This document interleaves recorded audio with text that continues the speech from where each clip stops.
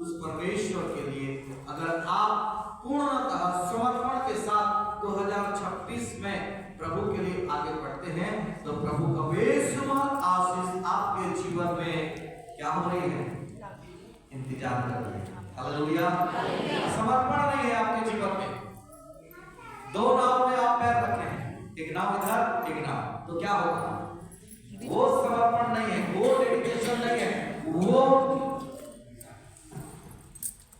समर्पण नहीं है, वो सरेंडर नहीं है।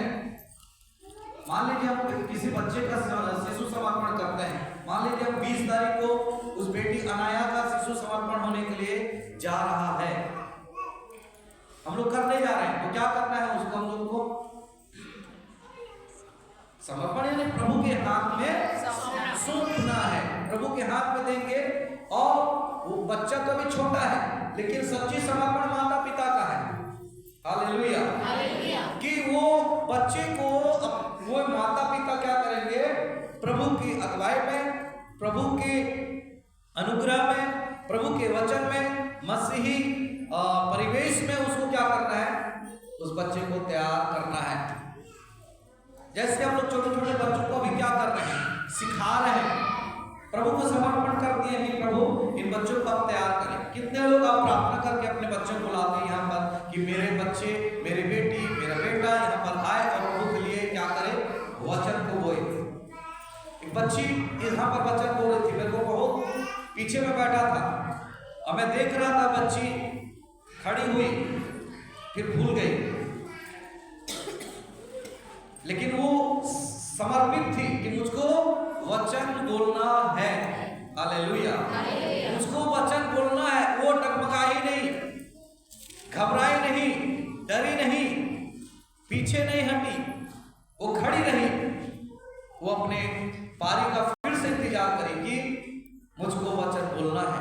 वो समर्पित थी उस वचन को बोलने के लिए। यही है समर्पण। हालेलुया।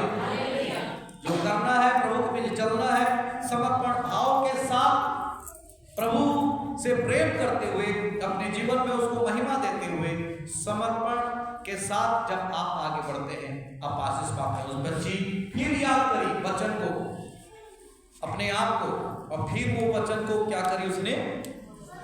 और कौन सा वचन था? विलाप गीत। कितना सुंदर वचन इसने याद करके आई, है ना? तो ऐसे बच्चों को प्रभु के प्रति एक उत्साह, प्रभु के प्रति वचन को बोलने के लिए उनको क्या करें? समर्पित करें। तो हम अपने जीवन में भी समर्पित होना है प्रभु के प्रति चलने के लिए, प्रभु में दृढ़ होते हुए आगे बढ़ने के लिए, प्रभु को महिमा देने के लिए। मूसा के जीवन में मैं आप लोगों को पढ़ाया 34 अध्याय उसका 5 पद को, वहां लिखा है, तब यहोवा के कहने के अनुसार उसका दास मूसा वहीं मोआब के देश में मर गया। और 6 पद में लिखा है, और उसने उसे मोआब के देश में बेतपोर के सामने एक तराई में मिट्टी उसे दी गई, और आज के दिन तक कोई नहीं जानता कि उसकी कब्र कहाँ है। मूसा अपनी मृत्यु के समय 120 वर्ष का था, परंतु ना तो उसकी आंखें धुंधली पड़ी और ना उसका पुरुष घटा।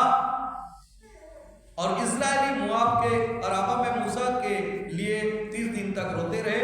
मूसा के लिए रोने और विलाप करने के लिए दिन पूरे हुए। मेरे प्यारों, मैं कहना चाहूंगा, यहाँ मूसा के जीवन को जब हम गौर करते हैं, मूसा का जीवन प्रभु के प्रति समर्पण था। उसे उसका पिछला जीवन को देखेंगे तो क्या था?